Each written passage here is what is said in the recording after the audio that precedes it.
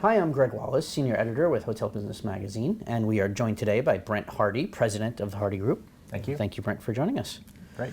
Great. So obviously you became the president of the company back in January. How's that going?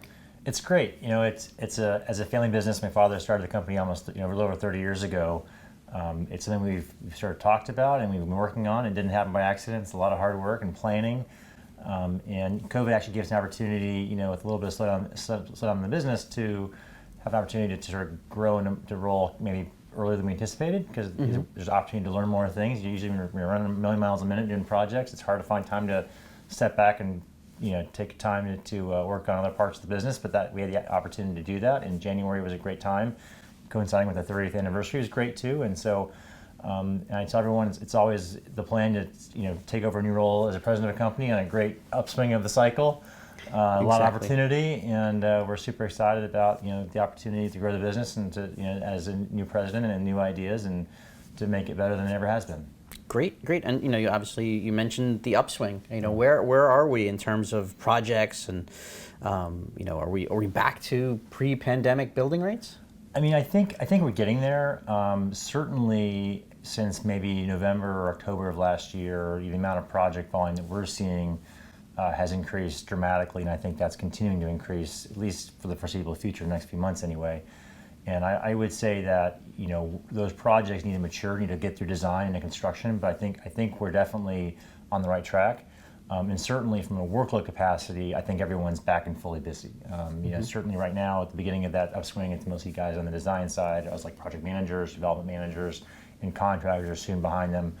And so I think for today we're certainly, if we're not back to pre-COVID levels, we're certainly right there today, and I think we're going to probably exceed it in the next few months. Gotcha. And are there changes into how projects are happening versus pre-pandemic?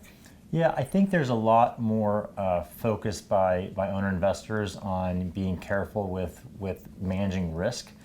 Previously there's a lot of assumptions about furniture always takes 12 weeks, or you can always get parts, and it's always 8 weeks to buy mechanical equipment. I think right now a lot of the assumptions on lead times or on things being available, you sort of have to second guess a lot of the assumptions. And we have clients that are really thinking about how do you execute these large, in some cases $100 million or near their development projects with uncertainty. And can you get concrete? Can you get steel? Can you get insulation? So there's just been more planning and sort of investigation, due diligence on before they start that these things can really, you can get through the whole project and not have a blip in the road. And so I think that's been part of it, is people being more careful with analyzing and due diligence ahead of sort of really committing. And because of that, you're seeing projects that might have been from the first phone call to starting the project might have taken 6 weeks. Sometimes it's taken 3 to 4 months. Just I think people are a little more careful. There's more underwriting, just because it's maybe some of the volatility in the market right now, at least on the supply chain side. Great. And what markets are we seeing a lot more building happening?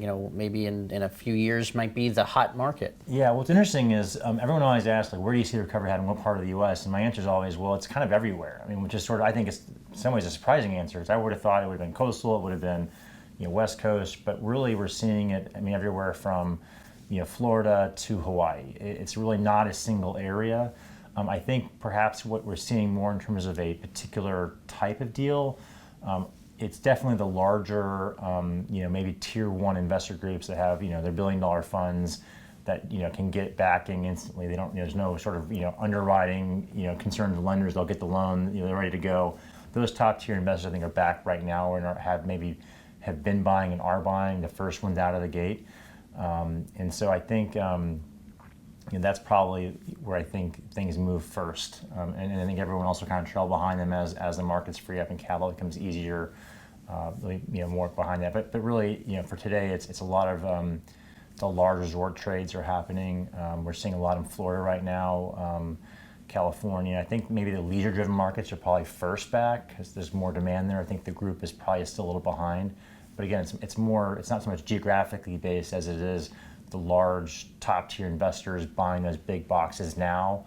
And I think because the cash is available, their first mover advantage, they'll be the first ones renovated or built. And certainly we're also seeing surprisingly a lot of increase in demand for new build, whether that's brand new ground up construction for greenfield development, or in many cases, we have a lot of projects where we have clients with existing assets that are building new towers, new ballrooms. Or, they can't buy, it's hard to buy or expensive to buy.